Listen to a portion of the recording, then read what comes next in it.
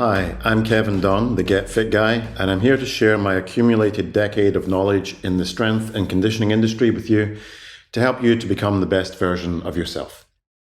Recently, I've been spending a significant portion of my time working with a gymnastics coach. The reason for this is that I have a goal to improve my balance and coordination with things like the gymnastic beam, but also to develop some cool tricks like a back somersault. I'm getting close on a somersault, but it didn't start that way. So how did it start, and how can we work towards complex skills? If you've been following my episodes, right at the beginning I defined the meaning of a coach, that it's a safe and efficient journey from a point of origin to a defined end goal. In the case of a back somersault, first of all I had to demonstrate that I could jump high enough, that I could make the required shape as I jumped, and that I could transition from one shape to another in midair. Only once I could do all of those things with the safety of giant crash mats was I permitted to progress to flipping into a giant foam-filled pit. I could definitely have started just jumping backwards into the pit, but it's unlikely that I would have made meaningful long-term progress because I'd be developing potential bad habits. Every time we move our body, it's the result of a signal from our brain traveling to motor units that control muscle contractions. Move our joints. There's no other way to move intentionally. The more complex or explosive the contraction, the more training has to go into learning the sequence in which things have to move. So, as a trainee, we have to be able to look at the task, assess the type of contraction required, and make sure that all the physical steps below that contraction are in place. This would be a contraction hierarchy. Most time should be spent at the very base of the hierarchy. However, this is typically where most trainees spend the least time. This is because sometimes there's a disconnect with how these steps build to a full physical picture, but also because simple tasks can be boring and people can be impatient. This base layer of the hierarchy is called motor control.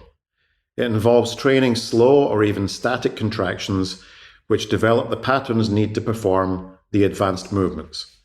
So let's take the back somersault as an example. It starts with a jump. This jump involves a dip, which is a squat pattern, and then a triple extension. This is where your ankles, knees, and hips fully extend, creating a shape called a hollow, which involves core strength.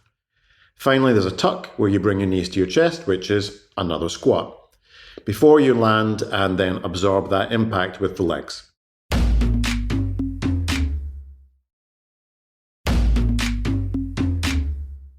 So we can break all these movements down into 6 essential patterns. There's core, squat, lunge, push, pull, and bend. When you look at the movements, you now be able to see where you might be lacking in an essential ingredient. Every one of these patterns has a way to develop them with both simple and complex exercises. For example, the core. You could start with dead bugs, sit-ups and hollow holds, maybe side plank as more simple options. And more advanced options would be gymnastic movements like the planche or the front or back lever. In the squat, we can run all the way from the air squat and the wall sit, right up to advanced options like overhead squats, sissy squats, and Kang squats. In the lunge, we can progress all the way from simple lunges on the spot or step ups onto a box, right up to single leg pistol squats. Pushing, we can have simple variations like an assisted pull-up, and running all the way up to things like bench pressing with chains or handstand push-ups. In the pull pattern, we've got ring rows or bent over rows, maybe banded face pulls, and that gives way to more complex options like muscle-ups, either on rings or on the horizontal bar. In a bend pattern, we've got simple options like a kettlebell Romanian deadlift, maybe a trap bar deadlift, progressing all the way up to really heavy deadlifts or things like power snatches. We know that developing any skill is essentially the long-term application of ever-increasing external stress. These stresses must always be above a minimum dose to be effective. So we have to work on increasing complexity or load week on week. We always have to be below the maximum tolerated dose. So that's not so much that we can't recover and add load or complexity the next time round. Your muscles or your physiology, even your neurology adapting to this stress is simply the accumulation of physical experiences. So my advice for anyone who has a long-term goal, no matter how far away it seems, is to treat it like any other goal. Split the journey down into small steps.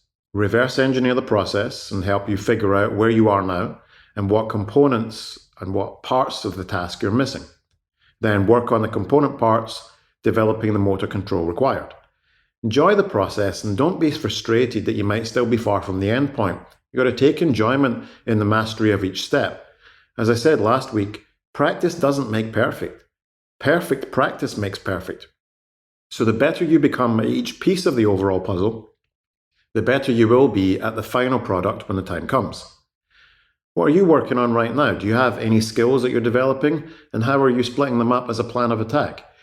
If you have anything you're working on, I'd love to hear from you. Get Fit Guy is a Quick and Dirty Tips podcast. Thanks to the team at Quick and Dirty Tips, Adam Cecil, Morgan Christensen, Holly Hutchings, Davina Tomlin, and our intern is Camlin Lacey. I'm your host, Kevin Dunn. If you have a question for me, leave me a voicemail at 510-353-3104 or send me an email at getfitguy@quickanddirtytips.com. For information about the show, visit quickanddirtytips.com or check out the show notes in your podcast app.